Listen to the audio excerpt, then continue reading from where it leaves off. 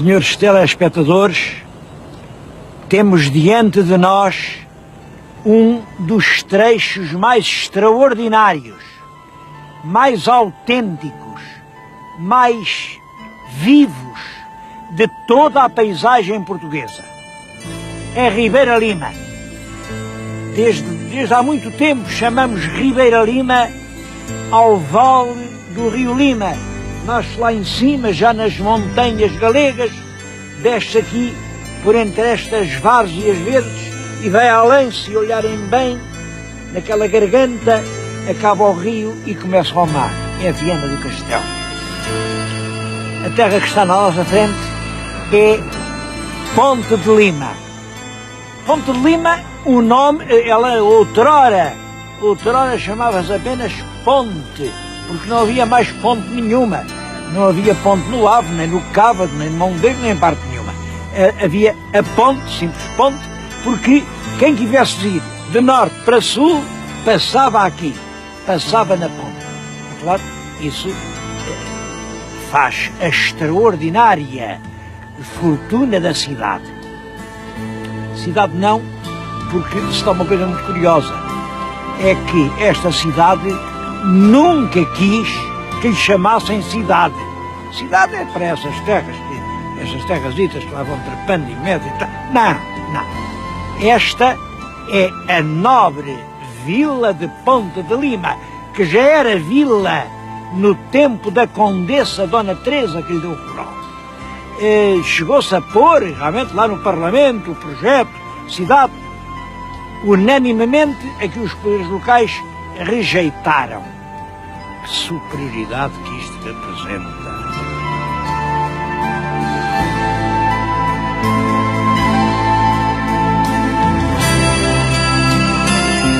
A história de Ponte de Lima é simples e é muito bonita.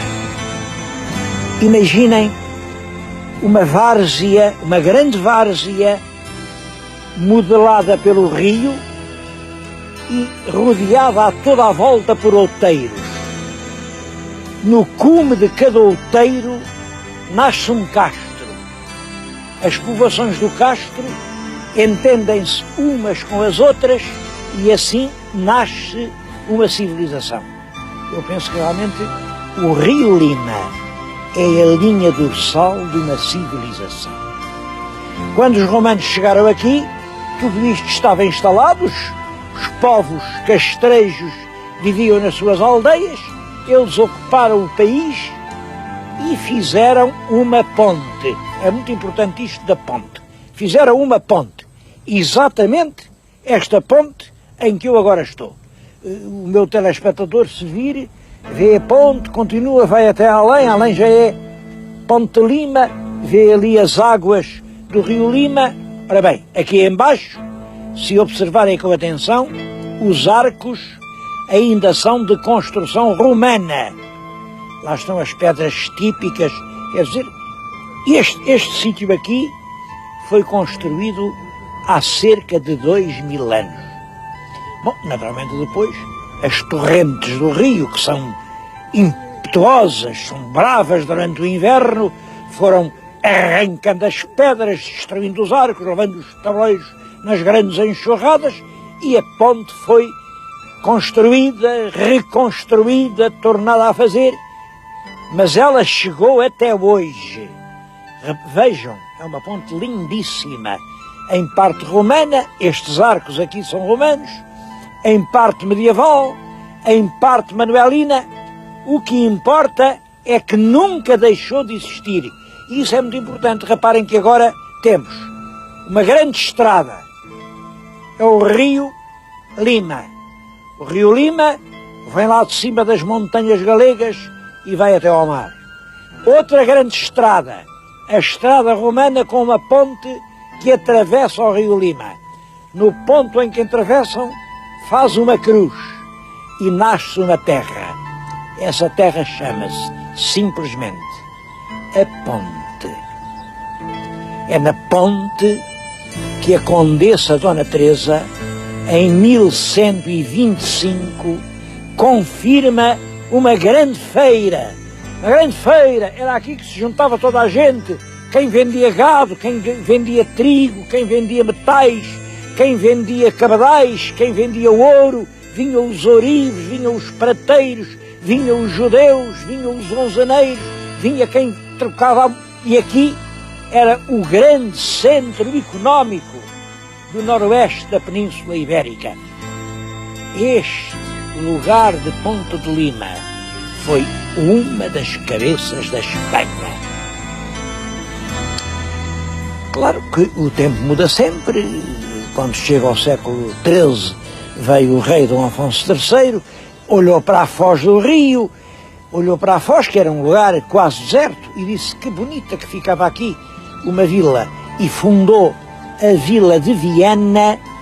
E depois, século XIV, XV, XVI, XVII, XVIII, Viana vai sempre ganhando caminho e Viana acaba por ser a cidade aqui do Alto Minho.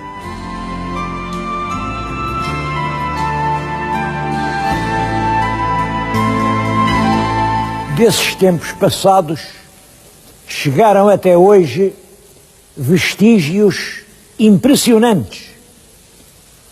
Ruínas de conventos, velhas igrejas, torres senhoriais, mas principalmente os solares.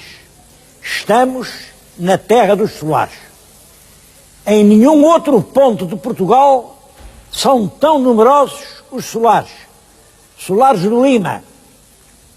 Um erudito aqui de Ponte Lima, o senhor engenheiro João de Abreu Lima, fez o recenseamento dos solares e casas nobres e encontrou 600. Isto é extraordinário porque em nenhum outro ponto do país o número é tão alto. Nem na região de Lisboa, nem na região do Porto, nem na de Coimbra, nem no Sul. Como é que se explica que aqui no Vale do Lima haja tantos solares? É este o problema que eu lhes quero pôr. O mistério dos solares do Vale do Lima. Porquê aqui? Nada disto se passa, por exemplo, no Minho, ou no Tâmega, ou no Douro. Porquê aqui? Bom, há várias explicações, as coisas nunca têm uma explicação simples, mas é muito interessante pensar nisso. Eu julgo que aqui se deu a convergência de vários fatores. Primeiro, desde o tempo de Dom Afonso Henriques, que muitas famílias nobres se instalaram aqui na região. E essas famílias conservaram sempre a sua nobreza. São elas que estão na raiz desta gente nobre da Ribeira Lima.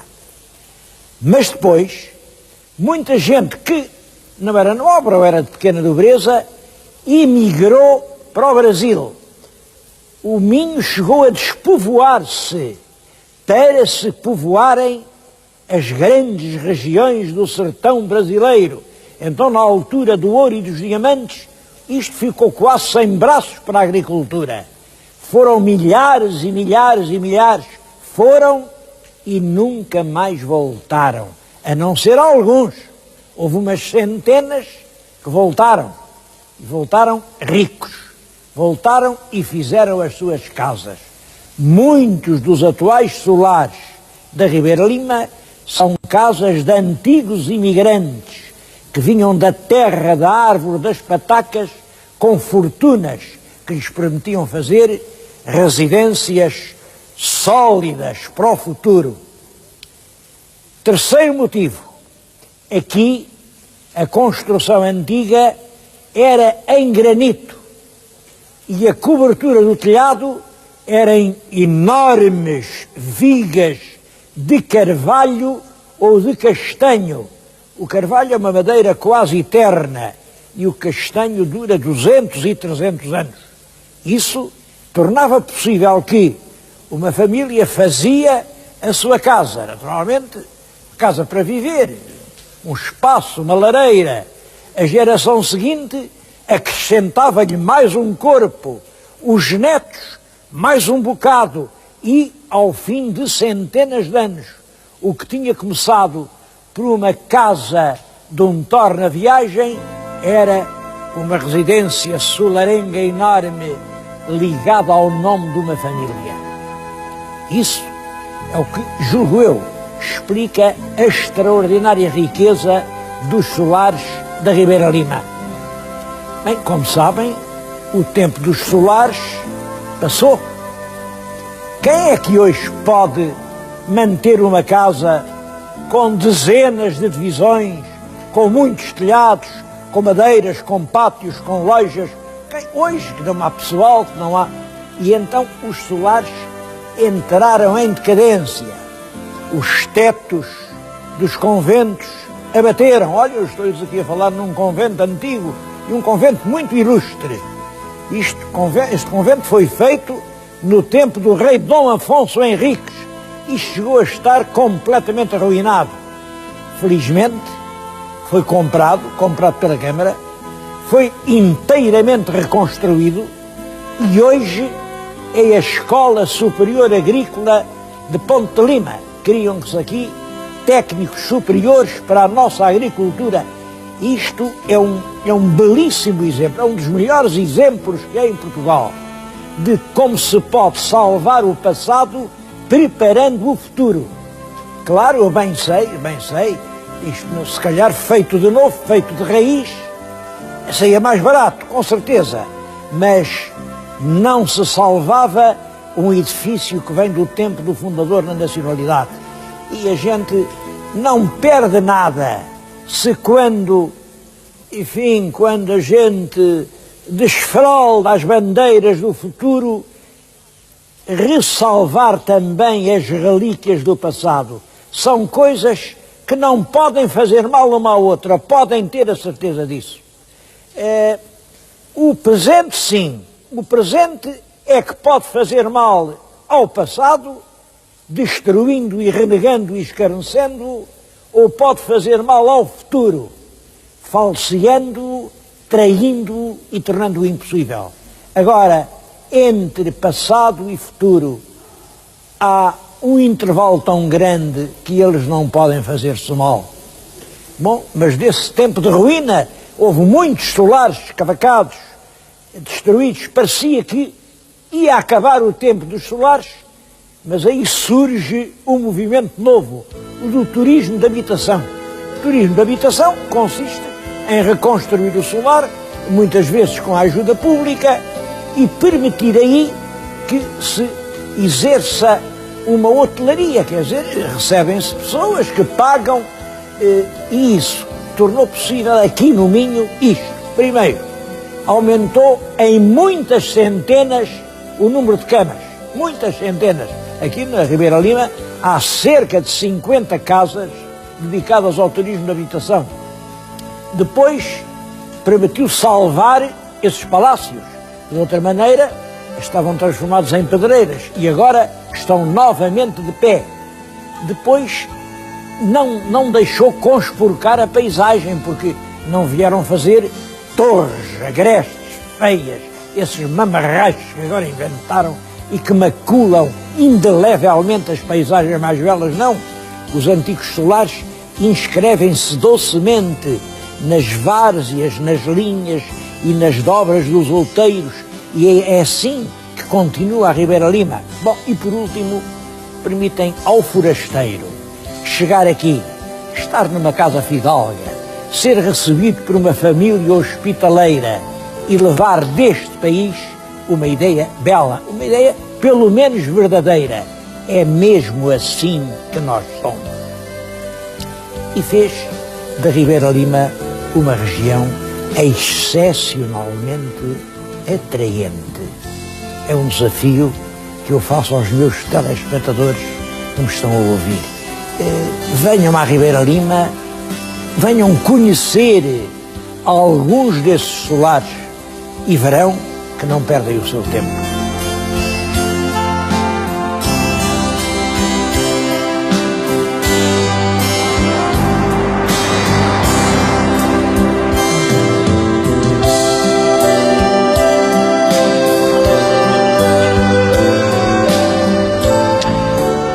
Para mim, os três lados deste triângulo fascinante são o Rio Lima, os solares e os canteiros.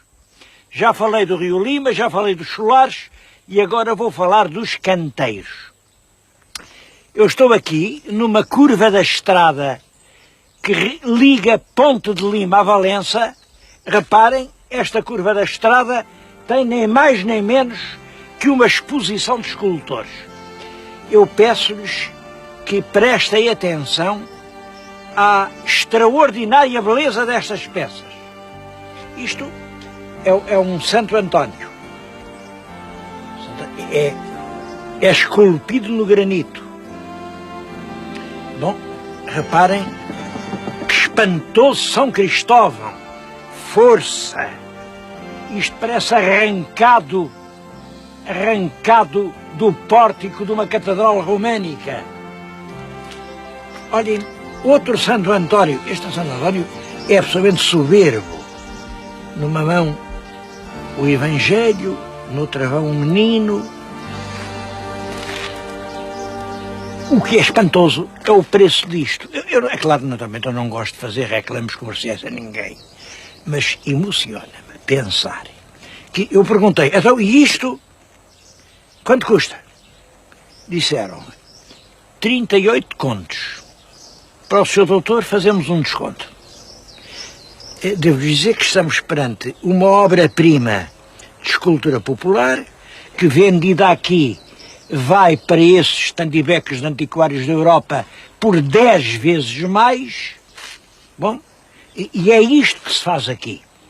Isto é pedra arrancada aí nas grandes pedreiras da Serra d'Arga, e isto traz-me à ideia aquele texto do Padre António Vieira. Vai um estatuário por essas montanhas, arranca uma pedra dura, tosca, bruta, informe, e depois que desbasta o mais grosso, alisa-lhe a face, ondeia-lhe os cabelos, rasga-lhe os olhos e surge um homem. Pode ser que um santo que se possa pôr no altar. O Padre Vieira dizia isto da pedra para encorajar os missionários portugueses a converter os índios. Dizeis que esse índio rude é uma pedra? Pode ser que seja, mas até da pedra os homens fazem santos, e eles não são pedras, são homens como nós.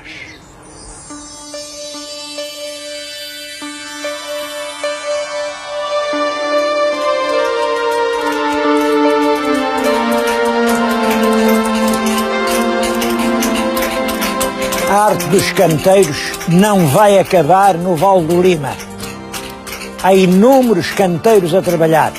Eu vim aqui a uma oficina que me parece que é um belo exemplo. Como veem, há muita gente aqui a trabalhar. É uma família só. É o Martinho Sequeiros, são os dois irmãos. Os irmãos é o Eliseu e o Diogo, e são até 2 filhos, o André e o Sérgio.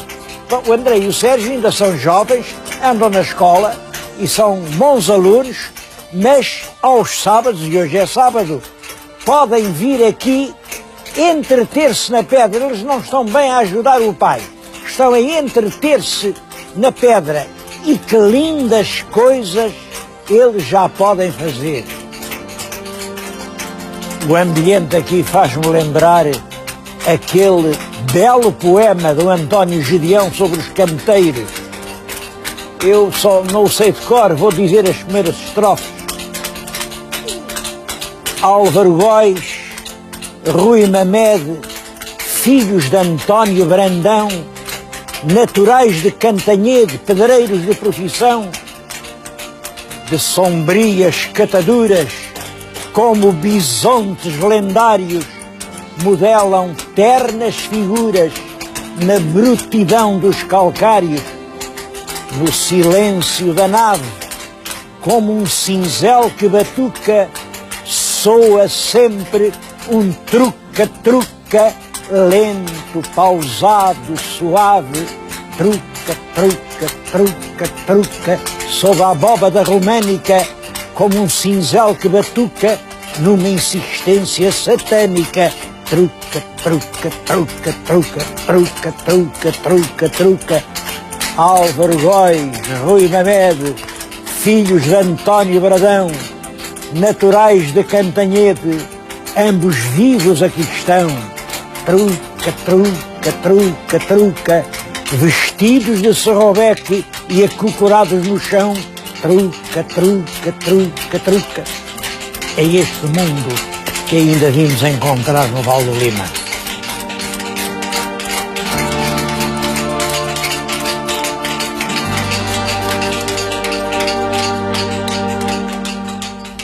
Mas o artesanato do Alto Minho não é só granito. É também a cerâmica, é também o linho, é também a cestaria. Eu não tenho tempo para falar de tudo, mas não queria deixar de fazer uma referência a esta atividade. Eu estou agora no ateliê, fica a 5 km de Ponte Lima, onde um empresário toma esta decisão: é refazer exatamente com os materiais antigos, peças iguais às da nossa cerâmica dos séculos XVII e XVIII. Peças iguais. Bom, eu tenho aqui, e vou-lhes mostrar, duas peças. Uma é antiga e outra é uma reprodução feita agora. Se o meu telespectador descobrir qual é a antiga e qual é a nova, eu dou-lhe um doce. As peças agora reproduzidas têm muita beleza, reparem-me nisto, muita beleza. Algumas são novas, mas isto, por exemplo, comove-me. Isto é exatamente, são os anjos que sustentam em Macau o brasão da cidade do Santo Nome de Deus de Macau, no Leal Senado. Bom, tudo isto é realmente um artesanato que nos prestigia. E isto é importante, porque o artesanato é uma espécie de espelho do país. E eu, em certas regiões, vejo expor um artesanato bisonho, buçal, grosseiro, tosco. Que diabo! Se os portugueses são assim, que triste figura nós fazemos.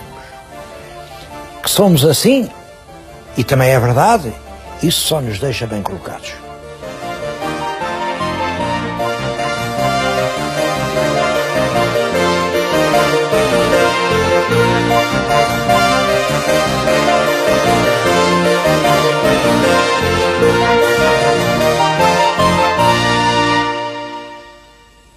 Mas existe uma outra forma especial e muito rara de artesanato aqui no Alto Minho. É a orivesaria. Porque estes grandes rios, Minho, Lima, Cava do Ave, nos seus cursos deixavam pepitas de ouro. E nos sítios onde apareceu o ouro, não tardaram a surgir ourives. As pepitas, eu tenho aqui pepitas de ouro. Isto é ouro. Pepitas de ouro, semelhantes às que apareciam no rio. Esta é uma pepita rara, uma pepita que bastava quase para enriquecer quem a encontrasse. Reparem como isto é bonito. Ora bem, com o ouro, os ourives. E essa arte hoje sobrevive. Eu tenho aqui uma peça que eu acho realmente muito bonita. É um bocado de ouro. Está o cavalo de Santo Ovídio. É um cavalo que aparece, é uma gravura rupestre que está aqui em frente, na Serra de Santo Ovídio, e que aqui foi transmudada do rochedo para o ouro. Bom, mas há aqui isto, por exemplo, é um torques. Um torques dá perto de 3.000 anos. Era usado na civilização pré-romana, isto, como vêem, alargava-se era isto que as mulheres podiam pôr aos pescoços. Há aqui muitas joias inspiradas nesses modelos primitivos, e essa habilidade de usar os velhos modelos e fazer peças de uma grande beleza, isso continua hoje aqui nos ourivos do Alto Minho.